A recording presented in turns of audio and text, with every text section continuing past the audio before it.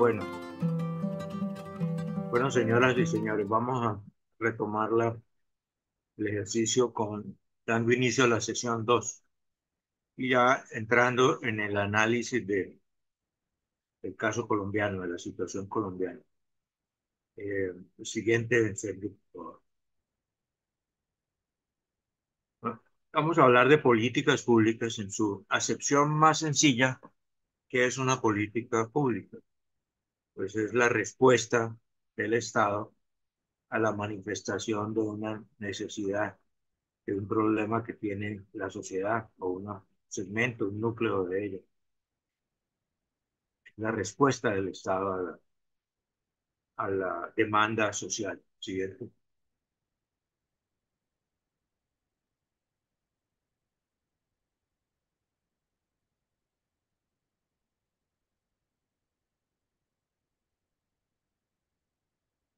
Siguiente.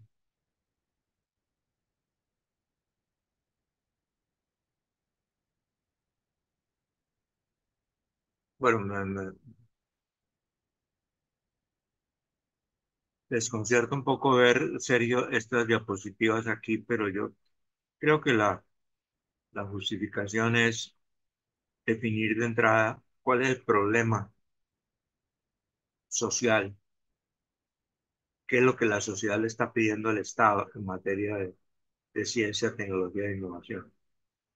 El problema es no que el país esté completamente rezagado en materia de desarrollo tecnológico y científico, sino que está en una posición intermedia, como vimos en las otras variables analizadas en la primera sesión, de la cual no sale. Aquí en este gráfico se puede apreciar que desde 2017 Colombia tiene, con ligeras variaciones, la misma posición en el ranking internacional de innovación, en el Global Innovation Index, que hace el Global Economic Forum con una universidad norteamericana, lo que es Princeton University. En la línea roja está la posición en el ranking. ¿Entre cuántos países, por lo menos, Sergio? Este es en 367 países. En este caso, Colombia está como en el tercio superior. Y en la línea azul está el puntaje de 0 a 100 que obtiene Colombia en estos rankings año por año. Lo que se aprecia aquí es, antes que un ascenso, en el score, en el puntaje, es una ligera disminución. Todos estos puntajes están muy cerca de la media de toda la muestra, pero por debajo, ligeramente por debajo. En ningún año, creo no equivocarme, el puntaje de Colombia ha sido superior a la media, como lo vemos en la gráfica siguiente, en la diapositiva siguiente.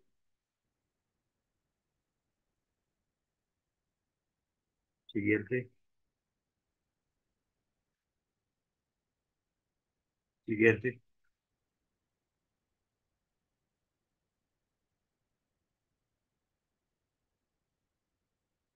Bueno, no me apareció.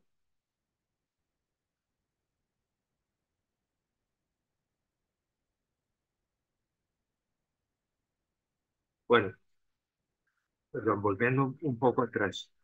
La idea era, si una política pública es la respuesta del Estado a la manifestación de una necesidad sentida de la sociedad, entonces, ¿cuál es el problema en el caso de la innovación? El problema es que Colombia está en un nivel que no es el del total rezago, el de la cola, sino una posición intermedia que no mejora, que no avanza. Entonces, el problema que lo que le demanda la sociedad colombiana, igual en el caso de otros países, es pues un mayor apoyo de la política pública para lograr un avance tecnológico más sólido y más rápido. Ah, Más allá de la definición sencilla del concepto de política pública, pues uno puede precisar y el alcance del concepto de política pública, como se ve en esta diapositiva, de la cual no me voy a detener, pero básicamente una política pública pues tiene una normativa, tiene una institucionalidad, tiene unos recursos o unos instrumentos y tiene una comunidad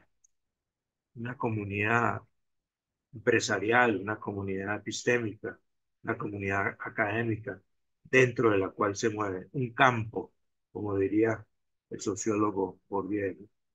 Siguiente. Bueno, eran algunos conceptos básicos de la materia que estamos tratando. Comencemos por definir qué es innovación.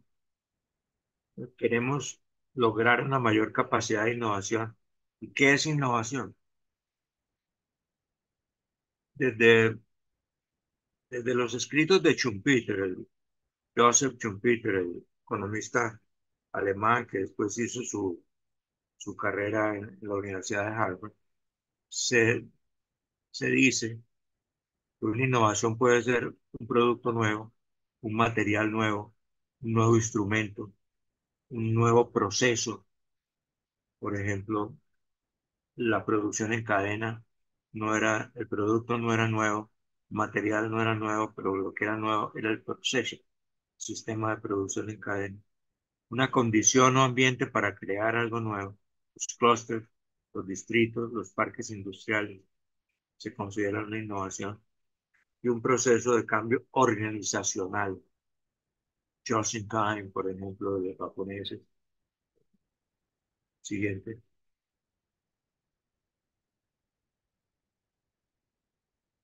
Eso es simplemente un ejemplo casuístico aislado de un material extraño, ¿no? Metal de rocas lunares que se utilizarían en la fabricación de aviones y autos. Siguiente.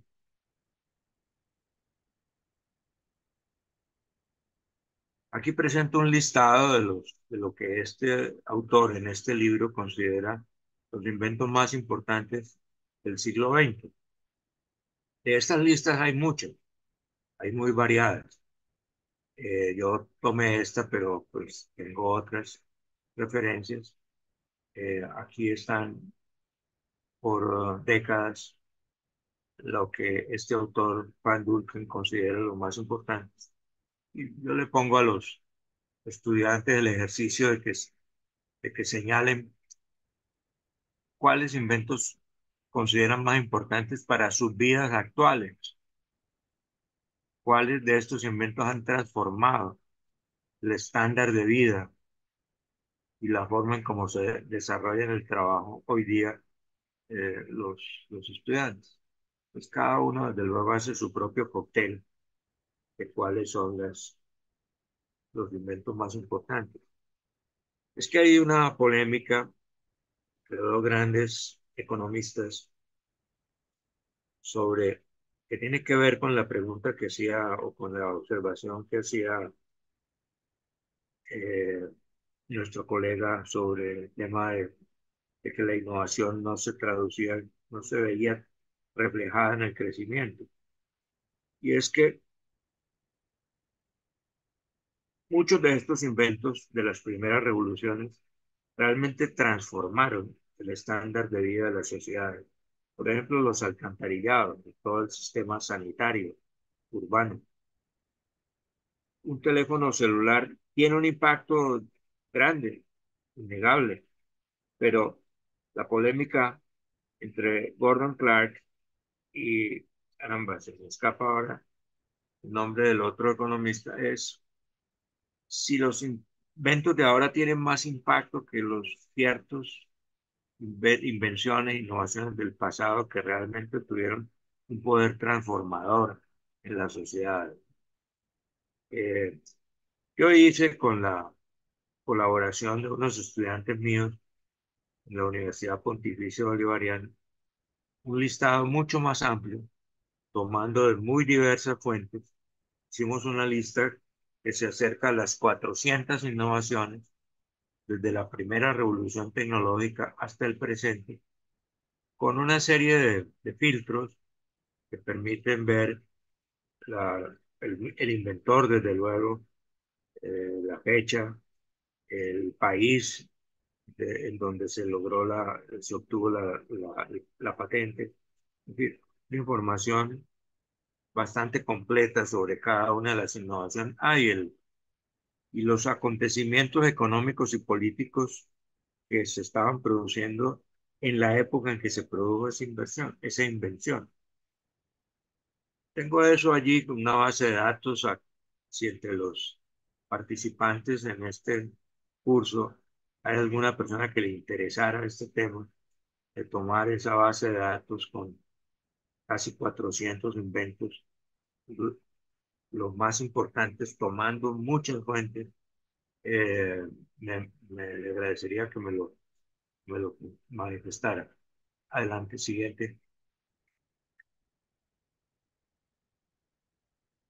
siguiente.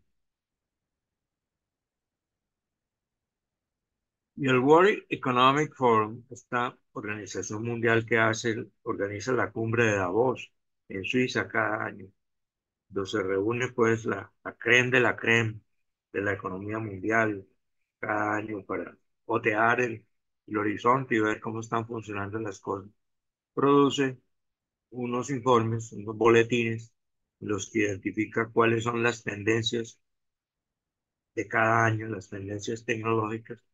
Pues acá ponemos esta diapositiva mostrando lo que el World Economic Forum considera las innovaciones más interesantes del 2023. Siguiente. Bueno, ya sabiendo qué es la innovación, entonces preguntémonos, ¿para qué quiere un país avanzar en innovación, en capacidad innovadora? Yo identifico aquí por lo menos tres motivaciones que no son excluyentes. En primer lugar, pues la necesidad de una nación moderna de no quedarse atrás de los grandes avances de la ciencia dura, de la cohetería espacial, de la nanotecnología, de las investigaciones sobre el cáncer. Es decir, independientemente del grado de desarrollo que tenga un país, todos aspiran a participar de alguna manera en esos procesos de avance tecnológico. Pero la competitividad puede buscarse también para efectos de aumentar la competitividad, como ha sido el discurso dominante en las políticas de innovación colombianas, influidas por la OECD, donde la innovación debe centrarse en las empresas, porque son las empresas las que tienen capacidad de innovación, la visión schumpeteriana, y esa mayor competitividad pues es prácticamente lo mismo que mayor productividad, y desde ese punto de vista es como predominantemente se ha justificado en Colombia la política de innovación. Y por último, pero no de último, no menos importante, pues la solución de problemas sociales, como parece ser la tendencia prevaleciente en la actual dirección del Ministerio de Ciencias. Una, unas políticas más orientadas a la solución de problemas sociales urgentes que tiene la sociedad colombiana. Sigamos. Sí, la cohetería espacial. Esto no es ya un monopolio de Estados Unidos, de Rusia. La India también ha lanzado cohetes al espacio. México también.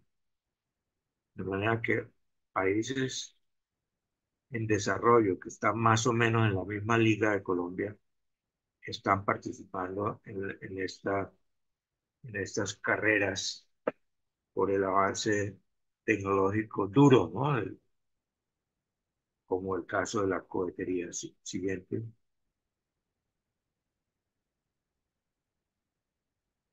Brasil fabrica 50 carros voladores para firma japonesa. O sea, Brasil está en la punta en aeronáutica, fabricando aviones de pasajeros para distancias medias, porque la firma se llama Embraer. Entonces, tiene una pica en Flandes, tiene una parte de su sistema tecnológico ubicada en la punta, en la frontera eh, de la manufactura tecnológica. Siguiente. Estos son unas ilustraciones de científicos colombianos que también están en la frontera. Este profesor que ha ganado un premio por sus investigaciones sobre el Alzheimer. Siguiente. Este joven científico colombiano de Harvard y MIT que quiere ayudar a la humanidad en la próxima pandemia. Léase bien, oígase bien. Ya se da por cierto de que habrá una próxima pandemia. Siguiente.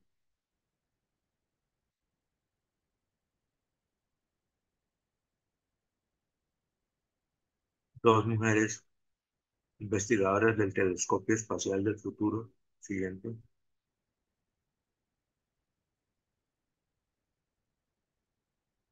Y dos clásicos de la campo científico colombiana, el doctor Patarroyo, el doctor Reynolds, cada uno de los cuales ha hecho aportes muy importantes en sus respectivos campos, la inmunología y la válvula del corazón. Siguiente. Sigue otro ejemplo. Siguiente.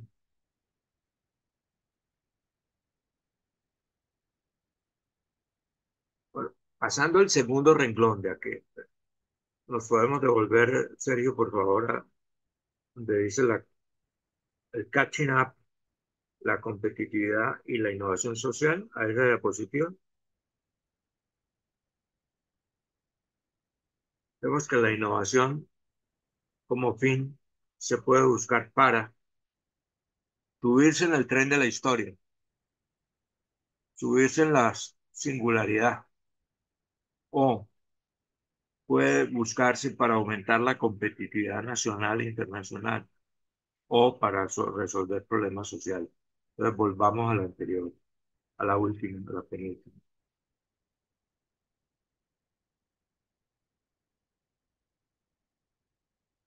Entonces, ¿cuál es la posición de Colombia en materia de competitividad? La cual buscaríamos mejorar robusteciendo nuestra capacidad de innovación. Entonces, en innovación, medida por otro ranking que mide la competitividad internacional y hace el respectivo escalafón, Colombia está otra vez en la mitad, la línea acá de competitividad es la roja. Este es el puntaje que ha obtenido desde el 2006 al 2020, una línea horizontal, y lo mismo la posición en el ranking, una línea horizontal, pero con una tendencia declinante. Es contradictorio horizontal y declinante. Una línea con una ligera tendencia declinante. O sea, en vez de avanzar, estamos retrocediendo en competitividad. Entonces, es el recurso a la innovación una medida plausible para aumentar la competitividad. Pues no, no necesariamente, porque como dijo Octavio Fajardo, no, estamos viendo que Innovación no se traduce necesariamente en competitividad, por lo menos en el corto plazo. Siguiente. O la innovación la podemos buscar para resolver problemas sociales.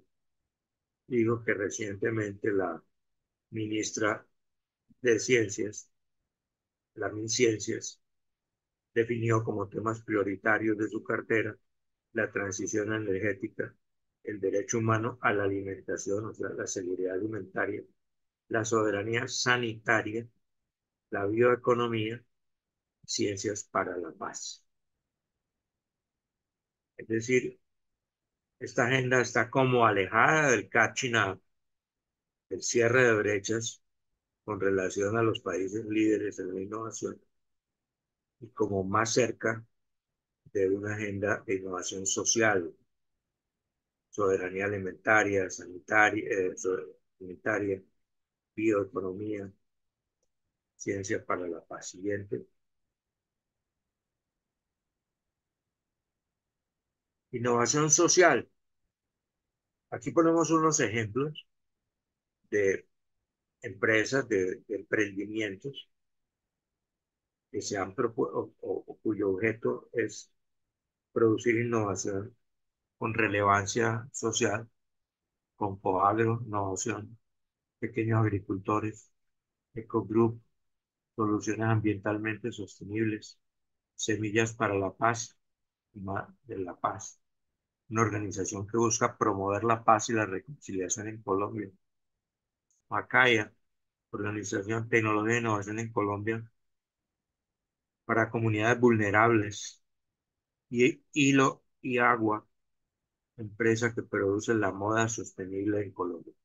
Ejemplos de emprendimientos movidos por la innovación social. Siguiente.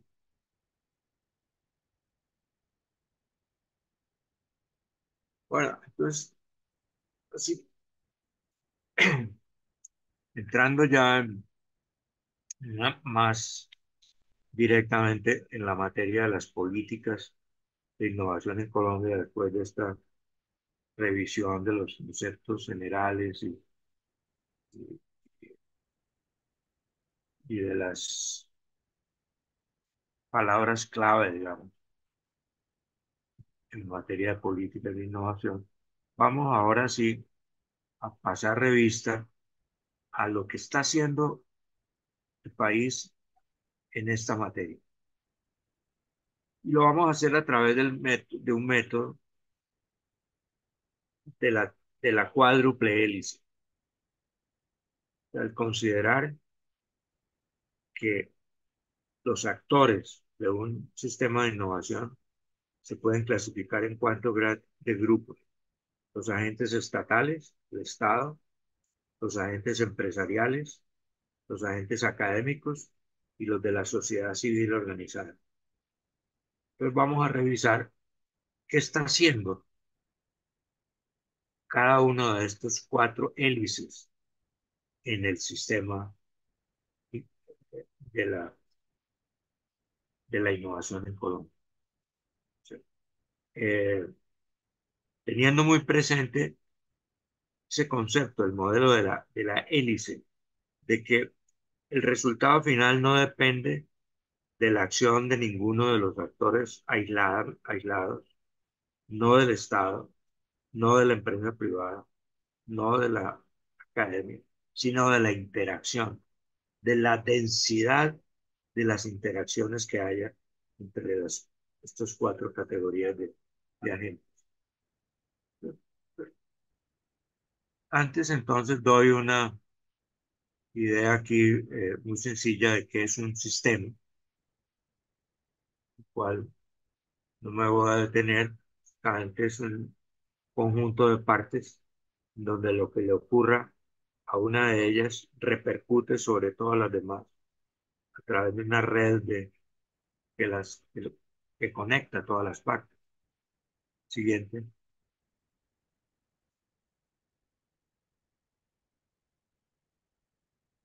Los sistemas de innovación pueden ser nacionales, que son los que más común ocurrencia, Sistema Nacional de Innovación de Colombia, de México, de Estados Unidos, pero también pueden ser transnacionales, como es frecuente encontrar en la Unión Europea.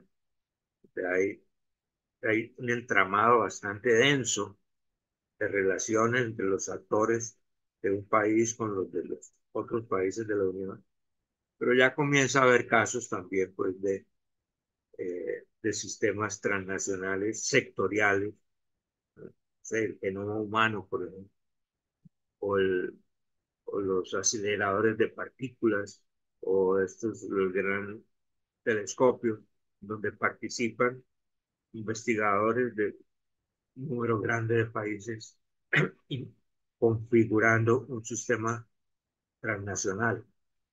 El sistema también puede ser regional. Hay en Colombia sistema de competitividad, ciencia y tecnología de Cundinamarca, de Bogotá, del Valle del Cauca. Puede ser local, puede ser de una ciudad, como ocurre ya en Bogotá, que tiene su propio sistema distrital de innovación. Siguiente. Estas son las cuatro grandes. Es curioso que les hable de una cuádruple hélice, en donde la figura que mejor representaría eso sería un rombo, ¿no? En cuatro puntas, pero pues para efectos de la presentación ponemos en este plano cartesiano el Estado, la empresa, la academia, la sociedad civil organizada. Entonces vamos a ir a cada uno de estos cuatro hélices, comenzando por la hélice del Estado. Siguiente. Perdón, bueno, sí, no, está bien. Siguiente. ¿Qué tenemos que analizar en el caso de la hélice del Estado? El Estado es el que produce las políticas públicas, ya lo vimos.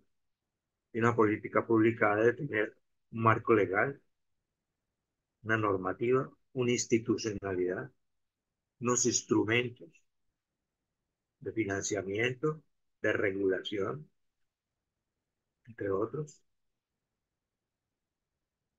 Y además el Estado recientemente, cuando digo recientemente, en los últimos 10 años por lo menos, el Estado también puede hacer por su propio desarrollo tecnológico, y por la transformación digital de las estructuras administrativas, lo que se conoce como GovTech. Aquí tenemos el listado de lo que hace el Estado en materia de innovación y los instrumentos con los que cuenta. Siguiente.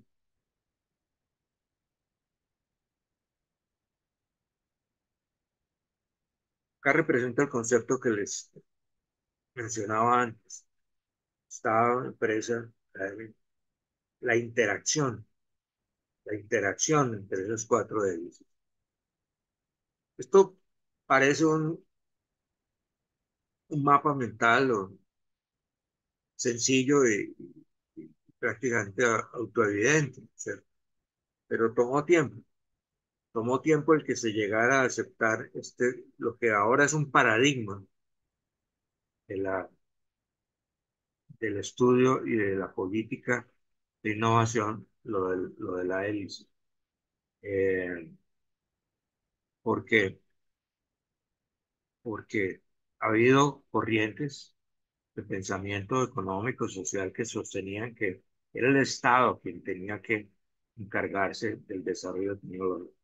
O sea, el Estado soviético, por ejemplo, que en cuestión de 40 años puso a una Rusia agraria a mandar satélites al espacio y que alcanzó en desarrollo industrial a Estados Unidos en materia de 40 años. O sea, es el desarrollo tecnológico dirigido por el Estado. Pero también hubo corrientes de acción y de pensamiento que no, es la empresa, es el empresario, el que no, es el capitán de industria, el que tiene las ideas. el que se arriesga a invertir, aún con la posibilidad de perder la inversión o de no tener rendimientos. Ese es el enfoque chumpeteriano. Entonces,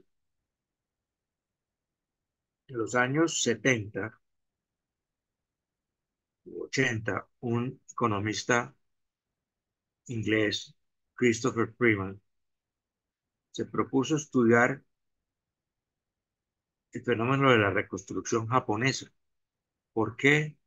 ¿Cómo había logrado el Japón reconstruir su economía y convertirse en un país líder en el mundo en manufactura y tecnología después de haber quedado prácticamente destruido después de la Segunda Guerra Mundial?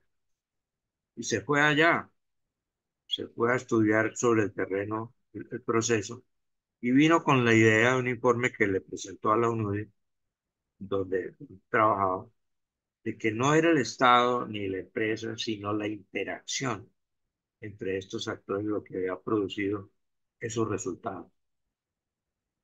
Y entonces escribió sus libros en donde formulaba esta teoría de la hélice. Comenzó por la triple hélice, Estado, empresa, academia. Más recientemente, otros autores le han agregado lo de la sociedad civil organizada. Y esto es un modelo que se utiliza pues no solo para la innovación, sino también para el desarrollo económico en general. general. Eh, Vale la pena apuntar que emplea ahí unos minutos que la idea de la triple hélice se le había ocurrido antes que a Friedman, a un sociólogo argentino que se llamaba Jorge Sábat. No confundirlo con el escritor, con el novelista. ¿No? Este era Jorge Sábat, quien había formulado una teoría, se conoció como el triángulo de Sábat, que era igual a esto, la interacción entre estos tres grandes núcleos de cambio. Siguiente.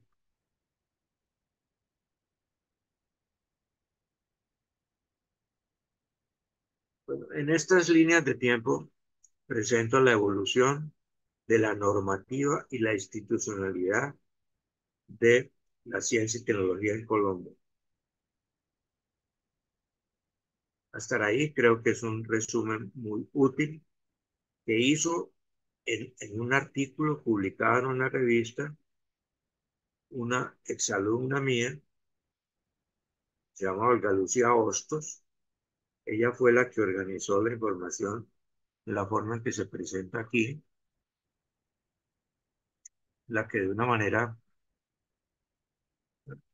manera asequible visualmente, pues se ve cuáles fueron las distintas hitos que atravesó la normativa y la institucionalidad. Aquí se ve como un pequeño fondo adscrito al Ministerio de Educación que se creó en 1968, junto con otras reformas administrativas que se introdujeron en la administración de Gerard Restrepo. Como ese pequeño fondo se vino a transformar en lo que hoy es un ministerio. Un ministerio pues que no es robusto, que tiene un montón de debilidades, pero en el proceso se ha logrado que el tema de la ciencia y tecnología deje de concebirse como un simple apéndice del sistema educativo, pasar a convertirse en uno de los pilares de una estrategia de desarrollo económico. Eso que ahora resulta casi evidente en las épocas, por ejemplo, en la que, o sea, en el decenio de los 70, Efraín Otero, Fernando Chaparro, Pedro Amayo, luchaban para que el tema de la tecnología y la innovación fuera incorporada en el plan de desarrollo. Y lo lograron. Y yo puedo decir que coadyuvé a ese esfuerzo y en el plan de desarrollo de la administración Turbay, que se llamó el PIN, el Plan de Integración Nacional, por primera vez se introdujo un capítulo dedicado a la ciencia y tecnología e innovación en el plan de desarrollo. Lamentablemente, en esa época los planes de desarrollo no se convertían como hoy en leyes o no se aprobaban mediante leyes. Entonces, pues se quedaban más bien como documentos indicativos. Entonces, aquí está esta cronología a la que también tendría que comentarle que en una primera etapa, y si ustedes hacen esta trazabilidad, este rastreo en Argentina, en México, en Brasil, les va a dar una cosa muy parecida. Sorprendente la similitud en los patrones de evolución de las políticas de ciencia y tecnología en América Latina. Bueno, no solo de ciencia y tecnología, en otros campos también. Yo, por ejemplo, he podido comprobarlo en el tema del desarrollo regional. Son políticas muy similares. Todos comenzaron con un fondo adscrito a los ministerios de educación. Después estos fondos adquirieron cierta independencia y un paso importante fue adscribirlos a los órganos de planeación, como ocurrió en Colombia. Finalmente, un departamento administrativo antes de ser finalmente ministerio. Y antes de los 90 tuvimos una política tecnológica defensiva, ¿no? Tratábamos no de atraer la inversión extranjera, por ejemplo, sino de controlarla, de ponerle cortapisas, eh, en el sentido de que se le ponía límite al giro de regalías a la inversión extranjera directa en Colombia. Se le ponían exigencias en cuanto a la propiedad de las empresas con participación de capital extranjero en el país. Toda América Latina tuvo una política defensiva frente a la transferencia internacional de tecnología. Esto cambió, esto cambió con las reformas estructurales de los años 90 en toda América Latina, cuando se pasó a estas políticas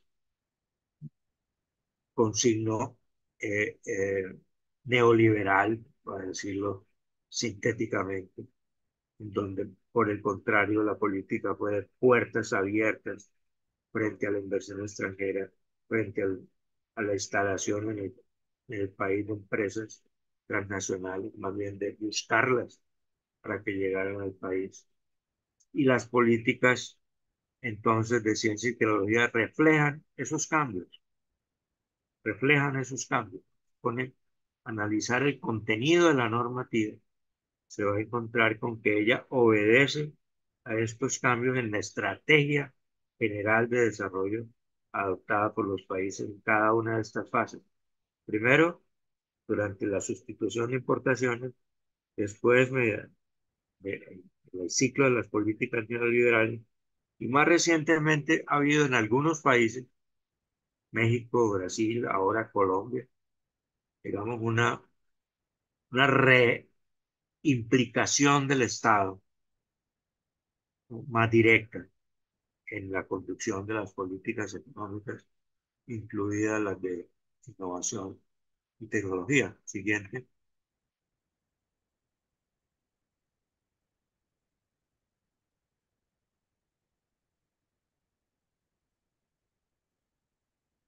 siguiente. Perdona ahí, Sergio. El COMPES 4019-2022 es la actual política de ciencia, tecnología e innovación. El COMPES, para aquellos que de pronto no tengan claro, son los documentos que aprueba el Consejo Nacional de Política Económica y Social, que preside el presidente de la República y que integran todos los ministros de carteras económicas y afines, eh, y tienen lineamientos que eventualmente sirven de base para normativas ya más mandatorias, más específicas, pero el COMPES como tal, pues no tiene poder vinculante, no tiene poder mandatorio.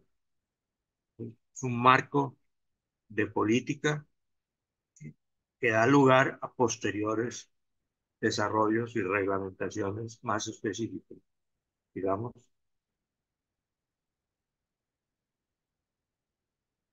La institucionalidad, entonces, esa evolución que a muy grandes rasgos les he dibujado, lo que tenemos actualmente es una Comisión Nacional de Competitividad, Ciencia, Tecnología e Innovación. El hecho de que sea competitividad y ciencia, tecnología e innovación es una innovación reciente. Hasta hace poco, hace unos años, hace 3, 4 años, había un Consejo Nacional de Competitividad y otro consejo diferente de ciencia, tecnología e innovación. Pero esa confluencia de las dos vertientes de competitividad que nace, que se origina en las políticas neoliberales de los años 90, Colombia, pues con el gobierno de Gaviria, la competitividad vino a confluir con las políticas de innovación hace unos 10 años. Y entonces dio lugar a que en la comunidad académica se discutiera, bueno, pero ¿cuál es la innovación al servicio de la competitividad o es la competitividad al servicio de la innovación?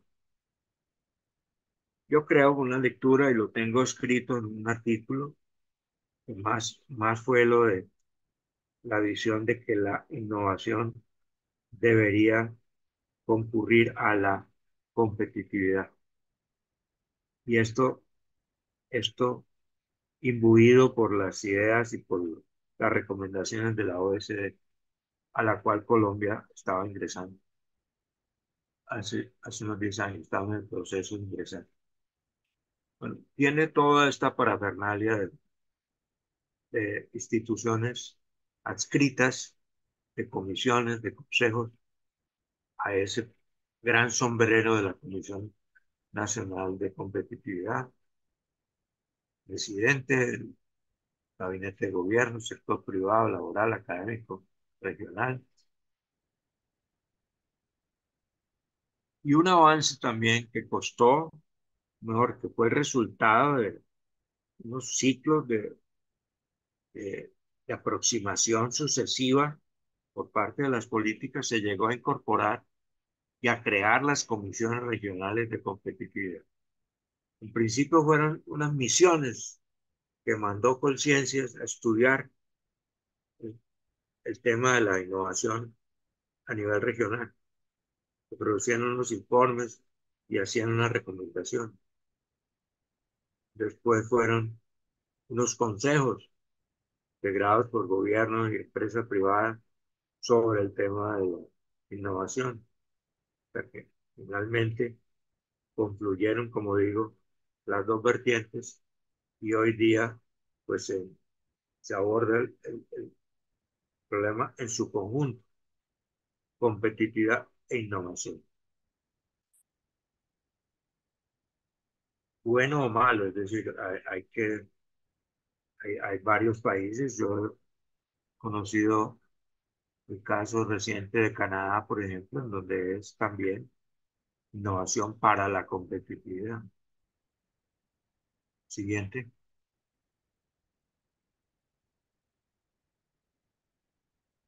Bueno, ¿con qué instrumentos cuenta el Estado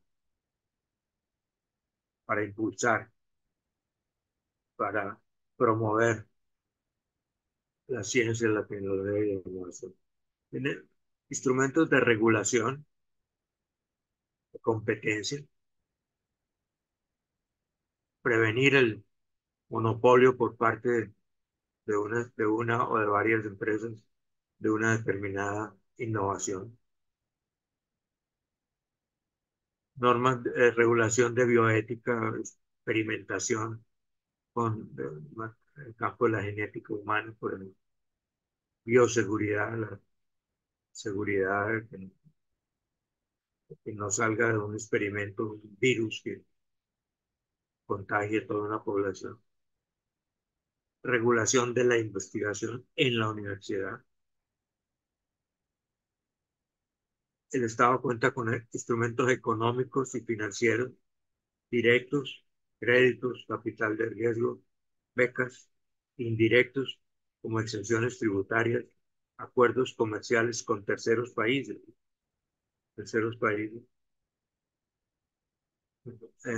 mecanismos de,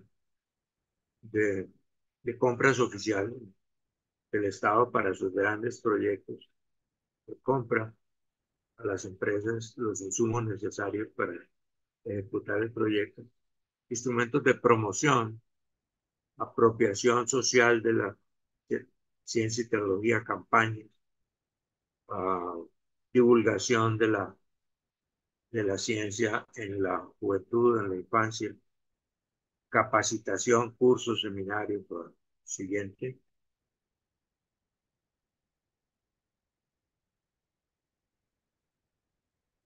Bueno, para ampliar el campo visual que ha estado focalizado en lo de Colombia, aquí presentamos esta diapositiva con los instrumentos que utilizan los países de América Latina que están en las columnas de la tabla. Argentina, Brasil, Chile, terminando en Paraguay, Perú. Entonces, en las líneas están los instrumentos. Entonces está chuleado cuáles son los instrumentos que utiliza cada país de este repertorio. La columna de Colombia está resaltada con rojo, donde pues la primera impresión es que Colombia utiliza todos los instrumentos que se han inventado, no solo en América Latina, sino en el mundo. Esta es la cartera, el portafolio de instrumentos con los que cuentan los países. Colombia los ha ensayado todos. Entonces, no es un problema de que, mejor, no es fácil decir es que a Colombia le falta utilizar capital de riesgo, tener fondos de capital de riesgo. De pronto no existen con la abundancia suficiente, pero sí hay. Pues que en Colombia no hay exenciones tributarias, ¿no? También, como digo, Colombia utiliza todos los instrumentos disponibles. En cambio, hay países, Costa Rica, por ejemplo, que está inmediatamente después de Colombia, que no es tan omnívoro en el uso de instrumentos y tiene mejores resultados en el ranking de innovación que Colombia. Poco por encima de Colombia está en ese ranking de innovación. México es otro país que utiliza una gran variedad de instrumentos. Brasil también. Es una regularidad. Es decir, yo he explorado ese tema, por qué las políticas en América Latina son tan similares, como decía antes, no solo en este campo, sino en muchos otros. Pues en las estrategias globales de desarrollo, todos hicieron sustitución de importaciones, todos hicieron apertura, todos. ¿Por qué? Entonces es materia de otro seminario. Eh, pero aquí la otra nota que quiero advertir es la convergencia en el uso de instrumentos. Todos utilizan más o menos el mismo repertorio de instrumentos. Siguiente.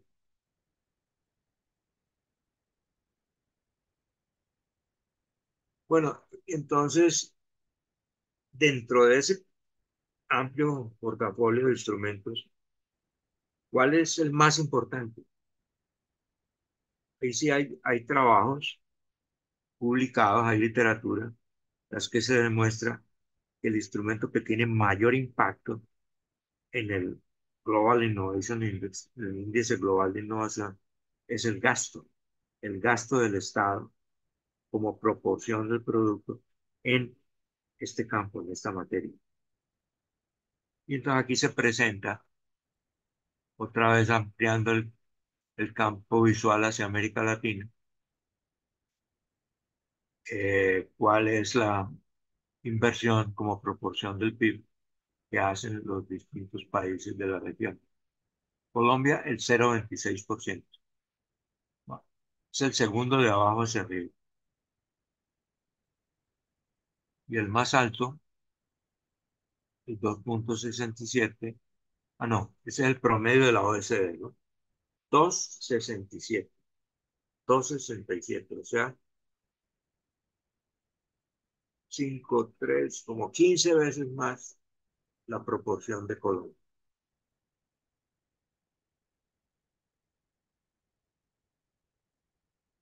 Como les digo, hay literatura que demuestra que dentro de los, no sé, 100 variables que tomo en cuenta el escalafón de innovación internacional, el que le pega más duro al resultado, al puntaje final, es el gasto estatal. Siguiente.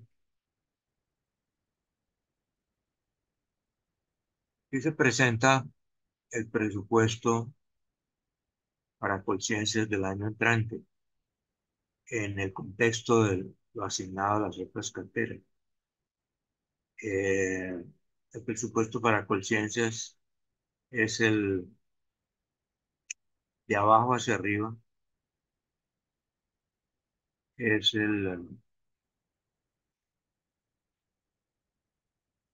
la cultura, está paz, está ANE, Congreso, Ambiente, Planeación, Deporte, Comercio, Relaciones. Sergio, se nos desapareció MinCiencias. Ah, no, está en la, perdón, la columna de la extrema derecha dice Función Pública 0,4 del presupuesto y Ciencia 0,2% del presupuesto. O sea, de abajo hacia arriba es el cuarto presupuesto más pobre.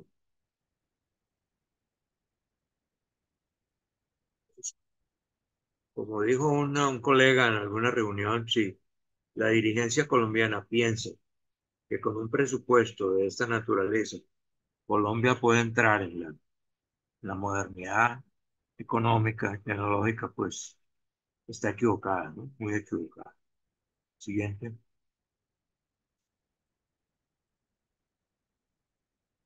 Y entonces acá este gráfico ilustra lo que acabo de decir. A mayor gasto estatal como proporción del PIB en ciencia y tecnología, pues mayor el puntaje en el ranking internacional de innovación. Este recuadrado que hay aquí para los no estadísticos, cuando este R cuadrado es mayor a 0,5%, la asociación entre las dos variables es fuerte. Entonces, esta es casi 0,7, o sea que es una asociación fuerte entre el gasto y el puntaje en el escalafón de innovación. Primero, los sospechosos de siempre, países avanzados, Suiza, Suecia, Alemania, Japón. Los últimos, países del África. Colombia, acá en este gráfico parece que estuviera en la cola, pero como vimos, está en la mitad, ¿no? Está en la mitad. Siguiente.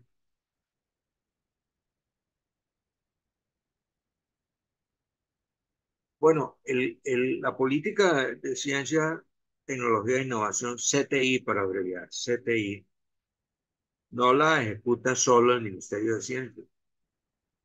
Otros carteras ministeriales concurren a este esfuerzo y pues vale la pena destacar lo que hace el MINTIC, el Ministerio de las Tecnologías de la Información, con la Estrategia Nacional Digital, Colombia Potencia Digital, con el objetivo de convertir al país en potencia digital, Eso es una utopía, ¿no? Eso de convertir a Colombia en una potencia digital competitiva. Colombia está en la mitad del esfuerzo, la mitad de la cancha. Desde ahí no puede disparar al arco. Desde la posición en la que está no puede convertirse en una potencia digital competitiva, exportadora y atractiva en los próximos 20 años. Tendría que superar además a los países latinoamericanos y de otras latitudes que están por encima de Colombia, pero que pertenecen como al mismo segmento de ingresos, ¿no? Como Brasil, como México, como Egipto, como Turquía. Entonces, no hay ninguna razón para proponerse convertir, es decir, razón realista, aparte de la aspiracional que, pues, vaya y venga, que se ponga en un documento del Estado, pero no es realista pensar en que Colombia pueda convertirse en una potencia digital por todo lo que he mencionado.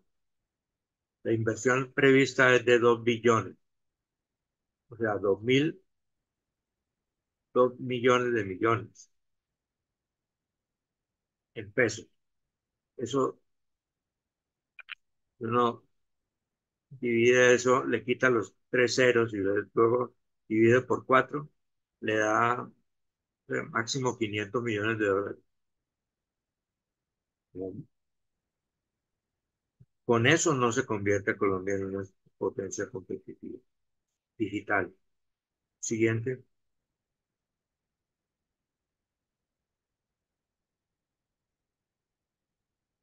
Bueno, ilustrando lo de la Estrategia Nacional Digital. Siguiente.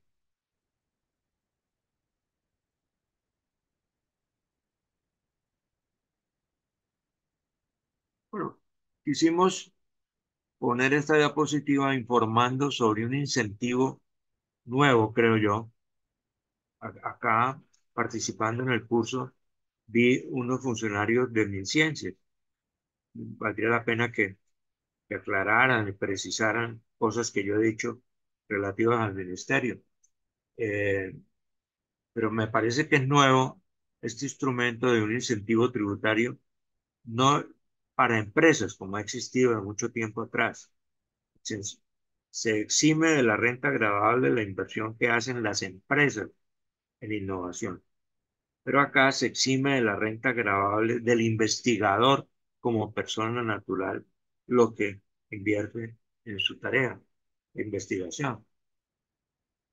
Interesante porque esto es a nivel personal del investigador. Siguiente.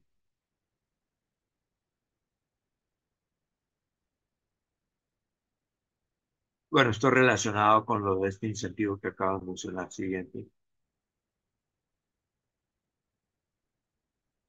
Mencionábamos en el índice de lo que el agente o los agentes estatales podrían hacer dentro del sistema, la hélice estatal, que sería asociaciones público-privadas. Pues aquí ponemos el ejemplo de una muy sencilla, y es que Google hace alianza con el MINTIC para otorgar 10.000 becas en el país para estudiar pues, desarrollo digital. Siguiente.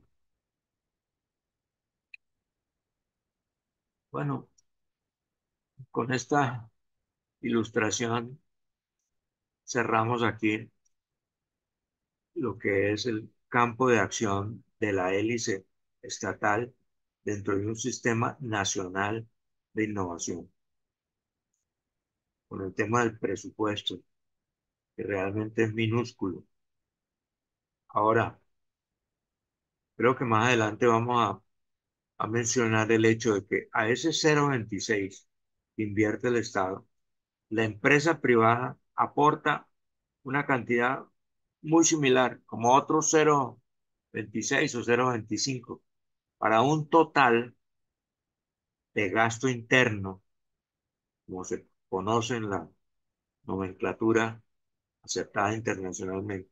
El gasto interno en ciencia y tecnología, en actividades relacionadas con la ciencia, tecnología e innovación, un total del 0,5% del Producto Interno Bruto, que sigue siendo pues una proporción. Pero, o no pero, sino además tendría que agregar que se ha demostrado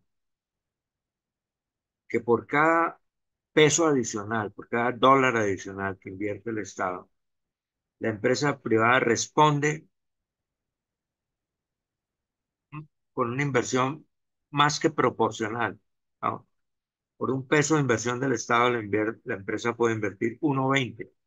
Hay una elasticidad en la inversión del Estado frente a la inversión privada, porque cuando la empresa privada observa que el Estado está seriamente comprometido con el proyecto tecnológico, pues ella decide invertir, ¿no?, sus propios recursos en ese desarrollo.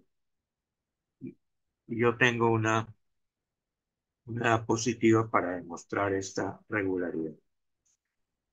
Siguiente, o creo que ya terminamos ahí, Sergio.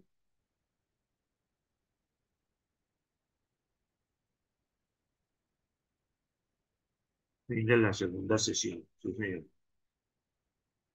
Mira, Sergio, y aquella diapositiva de qué hacer frente a la policrisis,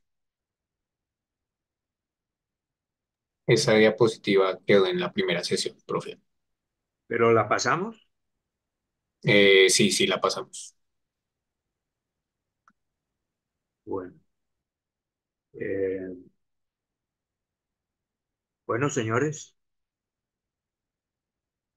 he terminado con la segunda sesión.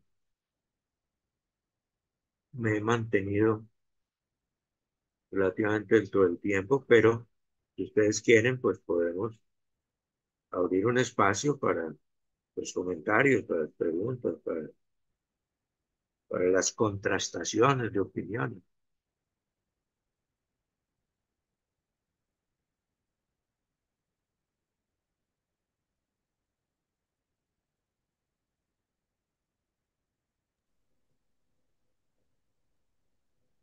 Estimado doctor Moncayo, el asistente Wilmar Olaya pide la palabra, después Liliana Pérez y después Octavio Fajardo. Muy bien. Buenas noches, profesor Moncayo. Gracias por su presentación. Soy Wilmar Olaya. He hecho parte de proyectos de investigación con universidades privadas, particularmente en el área de bioeconomía. Tengo un comentario y una pregunta respecto a uno de los últimos temas que usted tocó. Efectivamente, hay ahora un incentivo para los investigadores y es que los sueldos o bonificaciones que puedan percibir a partir de la financiación de sus proyectos de investigación puedan ser deducibles de renta. Eso entiendo que fue, digamos, un estímulo que se brindó desde el Sistema General de Regalías que está financiando proyectos pues a través del Fondo de Ciencia, Tecnología e Innovación, pues para, para, para promover proyectos de investigación en el país. Entonces, sí, eso efectivamente, pues, de hecho he sido beneficiario y pues es un gran incentivo, digamos, en la actividad. Qué bien, qué bien. Sí. La pregunta en concreto, cuando usted está hablando de la propuesta de este gobierno, del presidente Petro, en torno a la innovación social, la cuádruple hélice y la interacción con organizaciones civiles. Mm, ¿usted cree que con estas políticas orientadas por misiones nos debemos enfocar en orientaciones como la innovación frugal, estas innovaciones de bajo costo que solucionen problemas muy específicos regionales y que atiendan a estas problemáticas, digamos, que primero atiendan la realidad del país y después sí pensar en convertirnos, como dice usted, si se llega a alcanzar la financiación, pensar mucho después en convertirnos en potencias digitales? Gracias. Eh, Gracias, Wilmar, por la rectificación de la información sobre el incentivo tributario de los investigadores y por mencionar el concepto de emisiones, que yo lo omití en mi presentación. En efecto, de lo que habla la ministra es de un enfoque de emisiones en esos sectores prioritarios. Yo creo que lo de emisiones, pues es el eco de la influencia de los trabajos de una economista argentina, digo italiana, radicada en Inglaterra, Mariana Mazzucato, que ha escrito unas obras muy influyentes en los últimos años en todos en los círculos mundiales de la innovación, y habla de ese concepto de emisiones. Eso se ha tomado en Colombia, creo que el plan de desarrollo también se usa el concepto, y acá la ministra de Ciencias también lo utilizó. Ahora, en cuanto a la innovación frugal, no creo que ese tampoco es el enfoque del Ministerio de Ciencias. Cuando hablan de transición energética, esa no es una innovación frugal. Cuando hablan de seguridad alimentaria, esa tampoco se hace con innovaciones frugales. Innovaciones frugales como los ejemplos puntuales que mostramos. Cuando hablan de seguridad sanitaria, es decir, que a La Guajira le hacen falta los acueductos, y entonces tienen que mandárselos con carrotanques, pero la plata se la roban, entre paréntesis. Eso tampoco se hace con innovaciones frugales. No, estos temas de la innovación social también requerirían inversiones fuertes, ¿no? Suficientes, suficientes para que el proyecto tenga efectos transformadores. Por ejemplo, la, la- la-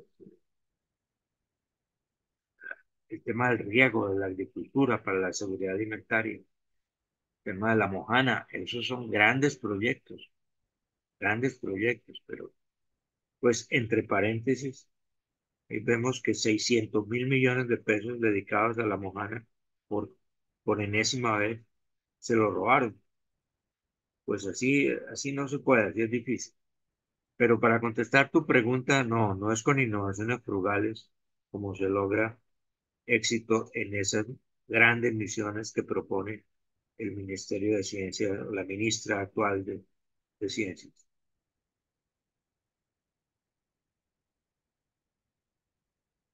¿Quién más? Está Liliana Pérez.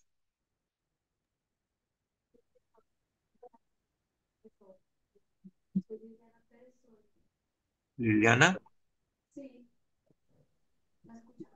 No te escuchamos. Liliana, últimamente sí la oí, pero siga adelante a ver. ¿Escuchan? Sí, yo la alcanzo a oír. Siga. Profesor, buenas noches. Soy docente de la Universidad Externada de Colombia en la Maestría de Gerencia para el Desarrollo y trabajo en el Ministerio de Ambiente. Eh, Mi pregunta va enfocada sobre, digamos, el análisis que se hizo eh, sobre el tema de política pública y sobre la financiación que se ha destinado en el país al tema de ciencia, tecnología e innovación. Porque si bien pues esos 400.000 millones del presupuesto general de la nación a todas luces son insuficientes, pues por otro lado también ha habido una paradoja respecto al uso de los recursos de regalías, donde se tienen hasta 5 veces ese monto y no hay la capacidad ni para asignarlos ni para ejecutarlos, digamos, de forma eficiente.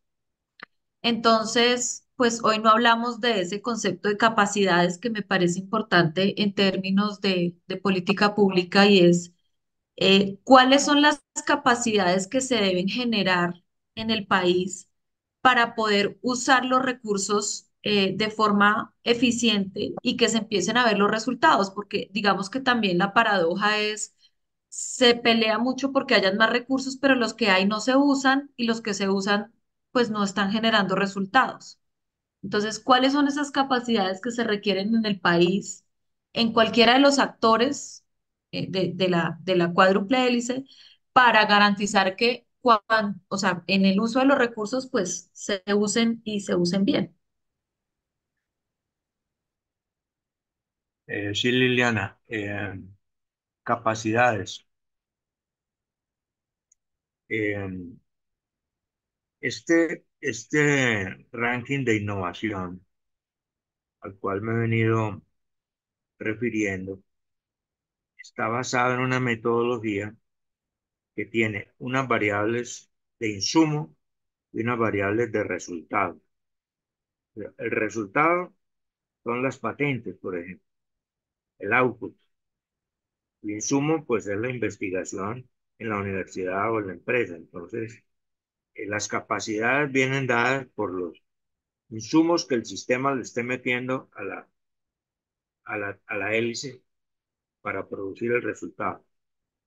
Entonces, utilización de los recursos. ¿Quién utiliza los recursos de conciencias? Los becarios, los que hacen maestrías o doctorados. ¿Usted tiene alguna experiencia con eso? ¿Ha tenido una beca de conciencias o de MinCiencias o conoce a alguien que tenga una beca de... Sí, sí, sí, señor. Yo hice parte del sistema de seguimiento, evaluación y control de los proyectos que se financian con regalías. como el... No, no estoy hablando de regalías, sino de los recursos propios del presupuesto nacional que se le asignan a conciencias. El 60% se dedica a financiar becas de posgrado. O sea, maestría y doctorado, el 60%.